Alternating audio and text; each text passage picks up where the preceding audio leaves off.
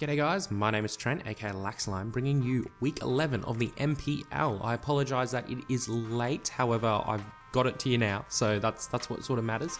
We're also a week behind, so hopefully by Sunday I'll be able to put both of the battles for last week and this week in one, and it'll be all good and we'll be up to date. We are up against the LasVegas Victinis, who the league coach of that is actually GoodguyGastly. GoodguyGastly, link will be in the description below, but I'm sure that you mostly know who he is. Yeah, so basically, his team is a bit scary. I was really scared about the scarfed, like a scarfed Weavile, because it sort of wrecked the team, but hopefully, you know, it doesn't do that. But it turned out to be a really interesting battle, and quite a fun battle. There was some real pivotal moments in it, but we'll get straight in the battle and see how we go.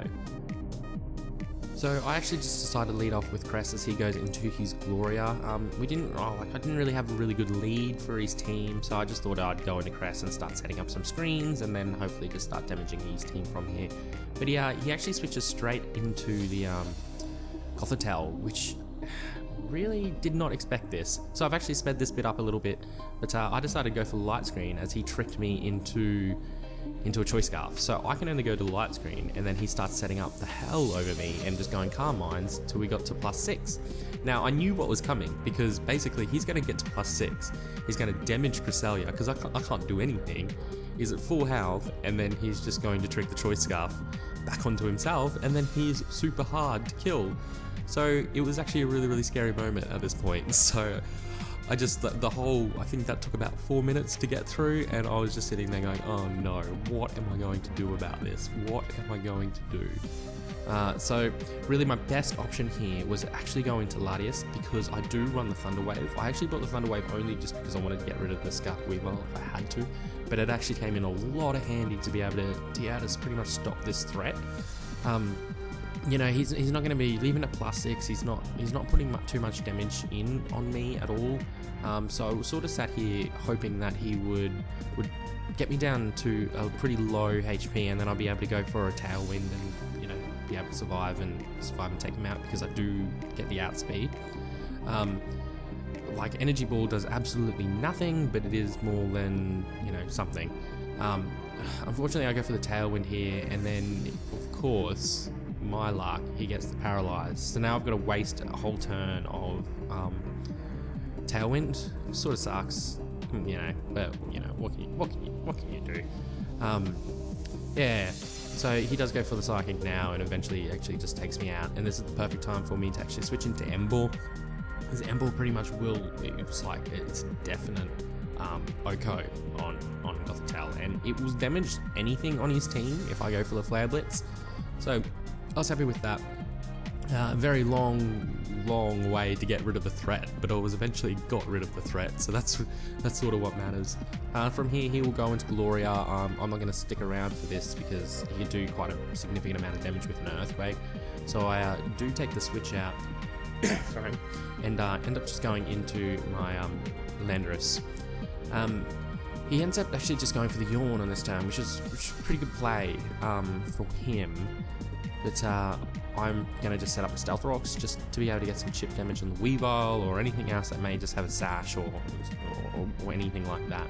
He ends up going for Toxic, which sort of worked out really well for me, because now I can't fall asleep. I'm not really sure what his plan was there, but yeah, that's what he did, so whatever, it works. And I just switch out here into my Keldeo, because Keldeo, he doesn't like, everything gets really damaged by Keldeo if I go for a Surf. So that's pretty much exactly what I'm going to do. He does decide to keep in Hippo or Gloria, and it does end up going down to that Surf, which is good, because that's the only thing that can really wall out Embor as well, so I was sort of happy about that. I was fairly happy about that. He does go into his big black, his Kirim, and at this point, I really didn't know what to do. I didn't want to, just in case he was the physical variant, I didn't want to take the, whatever it's called, the Fusion Bolts or whatever it is, I don't know. And I sort of like made an over prediction a little bit and went for the Hidden Power. I should have just went for the Secret Sword, and that's what I wanted to do, but I just I just couldn't do it for some reason. Surf didn't really do too much, and then I don't know what I was thinking. It was a silly play. I actually switched into this Amber pretty much to sack it off because I wanted to free switch into something else and not cause some problems. But I ended up living on like no HP, and which was brilliant because then on the next turn I was easily able to go for the sucker punch and just get some damage off on this thing. Put it down in a nicer range so I can just sort of come in, clean up with my choice scarfed Landorus. So yeah, I end up just going for the knockoff here because it was definitely going to kill anything, and I just, you know, that's sort of the easiest play to make, really. Well, yeah, so from here, he does go into his Gramble. Now, I was sort of, like, I was tossing up for so long about what to do here, mainly because I didn't know if I should have switched out or not, but I just end up going for the knockoff and getting off those leftovers, which is good, and then he goes for the Roar, and this moment was brilliant, because it roared me out into Keldeo.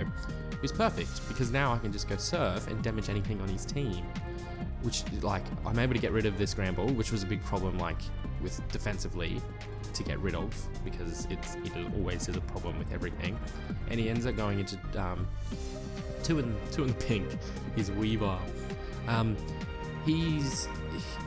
didn't know what he was at this point, but he knocks himself into knockoff, which is fine because I'm not able to take that, but I was sort of hoping that he wasn't knocked into the knockoff because that means I can go into my Landorus and safely without getting, you know, ice sharded or something like that. So I end up getting the knockoff again from the Weaver, and it was a crit, which totally mattered. But that's okay, you know, that happens. Because he sped me, that means he's definitely scarfed. So that was really good to know. He does go for the knockoff on the Landorus, not the Landorus, the Magnezone.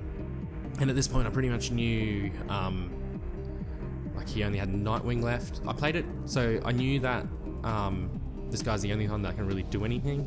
It turns out this is a special set, and I was like, oh my god, I lived it. And then went for Thunderbolt, but he's got the I think it's the Whack Hand bearing, but it still takes him out. So I was like, what just happened in that last turn? But it was a really good battle. It's good to see some different sets and different things. It's not very fun if you just see the same stuff all the time. So it was really, really cool. I know he's run the special Crobat in the past, but I just really wasn't expecting it this time for some reason. But yeah, really good battle. I end up taking the victory, which is good. So I'm still on my winning streak after taking over the Washington ShedSkins. So I'm pretty happy about that. And yeah, thank you guys for watching. If you enjoyed, hit the like, share, comment, do all of those cool things. And then yeah, I will catch you guys next time.